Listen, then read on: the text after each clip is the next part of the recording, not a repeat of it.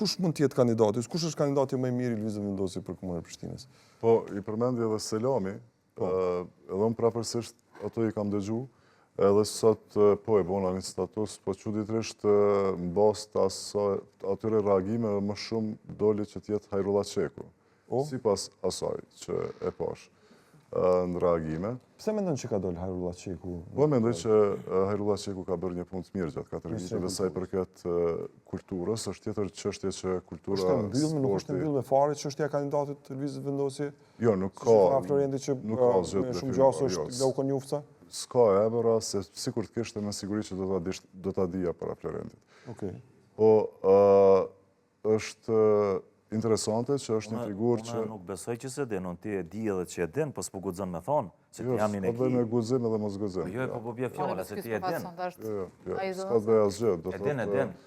Në bazë burimeve, informatave, nuk ka asgjë të konfirmuar dhe të përfunduar, po tash ne sigurisht që duhet të në emisionet keni edhe material dhe janë ata emrat të cilët qarkullojnë. Nga që letë është tuhet me ato komuna ku janë kryetarët e komunave, se do të konfirmohen prapë si kandidatura, si që edhe ka ndodhë. Po Prishtina është, ndoshta në zgjedhje lokale, ajo gara kryesore që është Është betejë më e madhe lokale. Aty matën një farforme indirekt edhe forcat e fuqive politike. U përmend koha e Isa Mustafës, nuk ka qenë në atë kohë humbja e Isa Mustafës vetëm pse humbi kryeqytetin, po ka qenë edhe një sinjal për zbehje të fuqisë së tij politike dhe fillim të rënjes së tij, gjë që më pas u dëshmua që doli të jetë saktë nga që e humbi edhe primatin e të parit të partisë. Po që të kthehemi tek kandidatura e Lëvizjes Vendosje, unë absolutisht për zotin Çeku kam vlerësim të mirë, shkaku se në profilin të cilin ai e ka në qeveri, ka pas zhvillime pozitive tash. Shkaku që këto tema tjera janë imponu më shumë dhe më tepër është diskutu për dikasteret e tjera është tjetër çështje. Disavantazhi i tij nuk është që ai vjen nga Prizreni, po themi edhe pjesën më të madhe tjetër së tij e ka bërë në Prizren, aktivitetin ka qenë kryetar i organizatave qeveritare, nëse kujtohet e ka bërë në Prizren kryesisht. Ministri ka qenë 4 vitet e fundit.